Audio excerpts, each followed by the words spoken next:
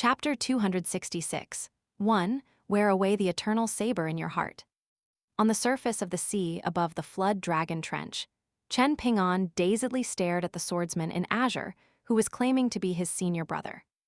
The young boy scrunched his face, and his lips quivered slightly as he lowered his head. The swordsman with a strange name one huffed and said, "Are you going to cry? Why are you the same as the young little Qi? No wonder he picked you." Whenever he was unable to get through to others with reason, and then he was also unable to defeat them in a fight, he would always hide somewhere and cry. He'd let his tears make the floor wet. The swordsman's voice suddenly became stern as he ordered, "Raise your head." Chen Ping'an dazedly raised his head. "Why did you change your mind at the end?" the swordsman interrogated. "Why did you use your fists instead of your sword? Speak loudly and don't be timid." "My sword skills are too poor, so I didn't want to embarrass myself. My fist skills are passable, so I had to unleash them to get the weight off my chest," Chen Ping'an instinctively replied. "Tui, you call this measly martial fist intent passable?" There was anger on Zhu Yu's face as he turned around to viciously spit on the sea. He didn't possess Qi Jingchen's elegant temperament, nor did he possess Liang's amiability. By the looks of it, the sword immortal called Zhu Yu, the most non-conforming disciple of the scholarly sage back then, was truly nothing like a scholar. However, the hidden hint of a smile in the depths of the swordsman's eyes became increasingly wide. Meanwhile, his expression became cold and indifferent as he raised his arm again and pointed behind himself using his thumb. "We won't talk about this flood dragon trench, and we'll simply talk about the godly statue on that island. I was annoyed that it was in my way, so I hacked it down with a single slash. What do you think about this?" Now, turning our attention back to this stinky ditch, I felt like those evil beasts were a complete eyesore. That being the case, I washed the ditch out with my sword Qi. "What do you think about this?" Chen Ping'an replied honestly, saying, "I feel like both actions can be considered very unreasonable." However, upon recalling that this person was Mr. Qi's senior brother, the young boy quickly added, "Right." Zhu Yu snickered and replied, "What a polite way to put it. You feel like, no, they were absolutely unreasonable." He placed his palm on the hilt of his sword and asked, "As a scholar, I've put more effort into practicing the sword than reading books. Do you know why this is?" Chen Ping'an shook his head. He had only heard Liang and the young Qi Chan briefly mention this person before, with the latter not revealing much information. Liang had only described him as the most skilled swordsman among the old scholar's disciples. As for the young Qi Chan, he had gritted his teeth while mentioning his junior brother. One had betrayed his master, while one was nonconforming and prone to departing from the classics. Once fellow disciples of the scholarly sage, it was as if there now existed irreconcilable hatred between them. In the end, the person with the surname Zhuo had become like an elusive dragon in Chen Ping'an's mind. He was lofty and difficult to catch. This swordsman who, shockingly enough, came from an orthodox Confucian lineage waved his hand. "There's nothing else for you to worry about here. Make sure to cultivate earnestly in the future and don't betray little Qi's expectations. If you don't do well in the future, perhaps I'll come over to cause you trouble." Hovering above the flood dragon trench, Zhu Yu extended a single finger at Chen Ping'an and continued, "Regardless of how powerful you become, I can still deal with you with a single slash." To this swordsman, a senior brother lecturing his junior brother was only natural and right. In terms of whether he was being reasonable or not, he was too lazy to think about this. After all, being a senior brother was already reason enough. Right at this moment, the sea of clouds suddenly descended, after which a golden Tao manifestation that measured 300 meters in height materialized in the air. It was a middle-aged Taoist priest with a fishtail hat. "Are you swordsman Zhu Yu, the scholarly sage's disciple? I've heard many people praise your sword techniques as #1 in the world. In fact, you have many admirers even in Stalactite Mountain and the Sword Qi Great Wall."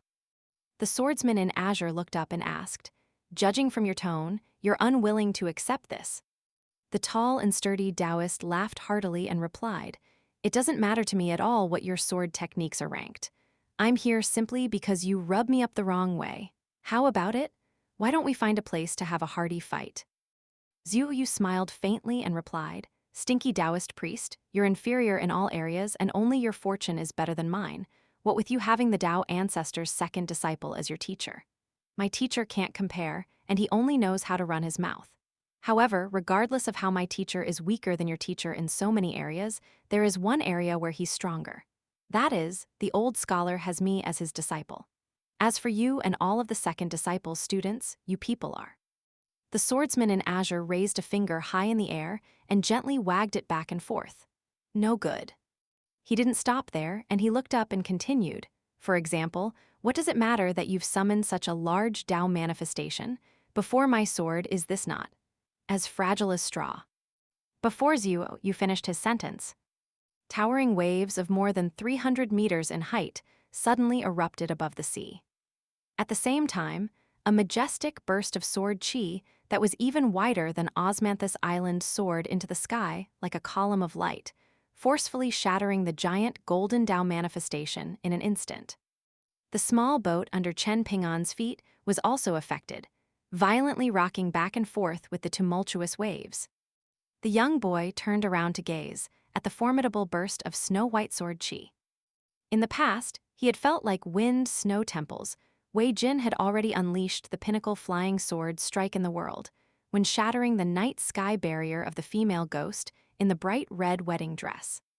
Now, however, Chen Ping'an realized that he was still too ignorant and ill-informed.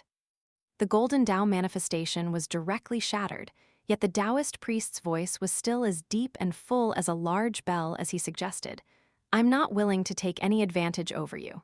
With that young boy present, neither you nor I can fight without restraint. Why don't we head to the sea area around Wind God Island? What do you say?" At some unknown time, the elderly golden flood dragon with sword chi, attacking its more than 300 acupoints, had already reached the end of its path. It no longer had the opportunity to prevent its acupoints from exploding. As it turned out, the tall and sturdy Taoist priest located tens of thousands of kilometers away had seized the instant of his Tao manifestation's destruction to unleash some kind of mystical ability. A jade-white finger reached out from the void and tapped the elderly golden flood dragon on the forehead, causing it to instantly wither and dry. At the same time, its heart literally turned into ash. From the inside to the outside, most of his body transformed into plumes of dust and ash, scattering in the wind. All that remained was a golden robe that fluttered and fell slowly to the sea, along with some pseudo-indestructible matters refined by nascent soul tier cultivators. Zhuo Yu was completely indifferent to this. He simply waved his hand in a casual manner and tossed the elderly golden flood dragon's remains into Chen Ping'an's small boat. "Here, take this junk. You're on your own for your journey to Stalactite Mountain and then to the Sword Chi Great Wall." Chen Ping'an bowed and cupped his hands in respect. The swordsman nodded and calmly accepted the young boy's gesture of gratitude. Without saying another word, he then rode on the wind and disappeared toward the southwest. He then murmured to himself, with his words lingering in the air, "Immortal and undying, carefree through mountains and seas, clouds as food and dew as drink, not eating the 5 grains, in a different state of being." Nobody knew whether Zhuo Yu was speaking to himself or to Chen Ping'an. Chen Ping'an silently sat down in the small boat and placed the 3 items that swordsman Zhuo Yu had tossed beside his feet into his flying sword, 15th. The 3 items included a golden robe, 2 golden dragon whiskers tangled together, and a jewel as large as a fist. The jewel was dull and slightly yellow, and this reminded the young boy of the saying, "Growing old is like a pearl becoming yellow." 2. Chen Ping'an looked around at the gradually subsiding wind and waves. He then looked up at the clear sky and bright sun. After resting for a moment, Chen Ping'an picked up the bamboo pole engraved with the genuine lock-slashing talisman. He stood up and started to row the boat, chasing after Osmanthus Island. However, he couldn't help but feel a little awkward. The island wouldn't have gone full speed ahead towards Stalactite Mountain, would it? It wouldn't have abandoned him in the vast sea, right? Chen Ping'an opened his eyes wide and strained to look into the distance. If this were in the past, he would have thought that there was no way Osmanthus Island would act like this and abandon him in the middle of the sea. Yet, even he was oblivious to his change in mindset. The mind was impermanent, and its changes subtle and undetectable. The swordsman who had ridden the wind and disappeared in a carefree manner, the swordsman who was unrestrained by heaven and earth, suddenly stopped in some place where Chen Ping'an definitely couldn't see him. He turned around and looked back. What entered his gaze was the young boy from the Great Li Empire. But what appeared in his mind was that person who had already left the world. That person had once said that he hadn't wanted to ask Zhu Yu to become Chen Ping'an's Dao guardian either, and that he was aware that senior brother would most likely refuse his request anyway. However, he had acknowledged that he, Qi Jingchen, had few friends, so he could only look for Zhu Yu. He could only look for Zhu Yu. The swordsman couldn't help but feel stifled and aggrieved upon thinking of these nonsensical words. He sat down cross-legged in the sky above the sea, clenching his hands into fists and resting them on his knees. His intense sword qi seeped out even more than normal, causing the sea beneath him to violently bubble and churn. However, the rising mist was still unable to near the swordsman. Qi refiners in the world were all envious of sword prodigies with astonishing innate aptitude. These prodigies were often referred to as innate sword talents. However, one person had picked up the sword very late, and he had never been a sword talent. Thus, he had been especially merciless when suddenly shooting to fame in Middle-earth Divine Continent, wantonly taunting his foes. He hadn't suppressed opponents from the same generation, but had instead directly crushed countless older sword cultivators. Stories of his deeds had spread all over the world. Because of his sudden appearance, countless sword prodigies with extraordinary talent had ended up with shattered sword hearts and severed great Daos. In the end, all of the young sword prodigies in Middle-earth Divine Continent couldn't help but grumble when they were praised as innate sword talents. They felt like this was an insult rather than praise. This swordsman was thus named Zhu Yu, because no one had the ability to stand alongside him when sword techniques were concerned. 3. Even though the man was slightly adrift, his eyes were still as bright as always. He had gazed at the young boy's pure and limpid eyes just then, and they had appeared far too similar to that of his stinky junior brother during their youth. Taking advantage of the fact that he was book-smart and liked by their teacher, his junior brother had always possessed sound, infallible logic when talking about sagely principles. When Zhu Yu had admitted defeat following their debates, he would always add, "Senior brother, I feel like you aren't being sincere in your admission of defeat." This is the wrong attitude. He had truly been very annoying. What Zhu Yu found most annoying was his teacher bragging about how impressive he was at fighting. Following that, the most annoying thing was little Qi, who could read extremely quickly. The sound of him flipping books and the sound of him expounding reason was incredibly annoying. He had only liked it when his teacher twice participated in the grand debate between the three teachings. He had liked his teacher's temperament and aura of transcending worldly affairs and achieving independence, as well as his aura as he climbed to great heights. He had liked it when Qi Jingchen traveled to famous mountains and rivers with him, and how he climbed atop mountains to compose poems after drinking wine.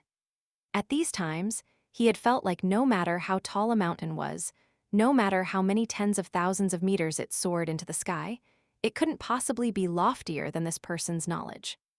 Even until today, when the old scholar already had no path of retreat as he was scattered among heaven and earth, when little Qi was no longer in the world, and when Liang had left Majestic World, the swordsman still felt the same.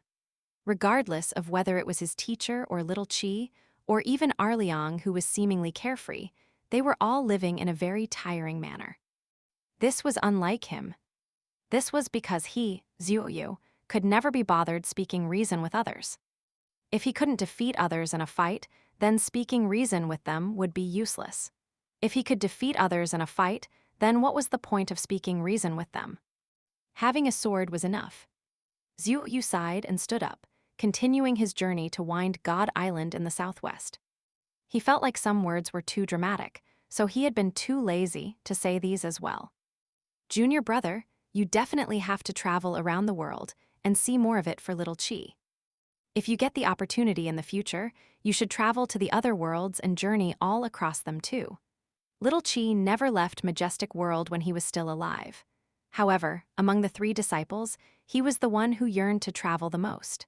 Yet, in the end, he was the one who stayed in the scripture libraries and schools the most.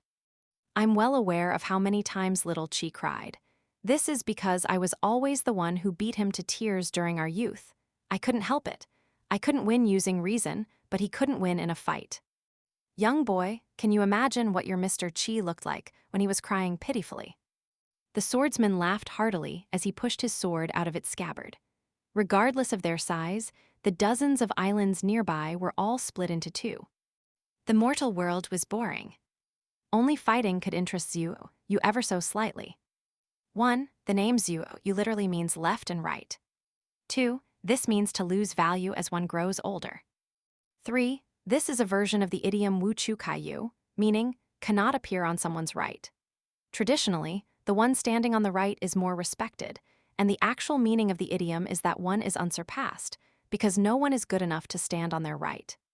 Here, this idiom is modified as Wu Chu Kai Zoyu so as to contain Zhu Yu's name, implying that let alone his right side, no one is even good enough to stand on his left.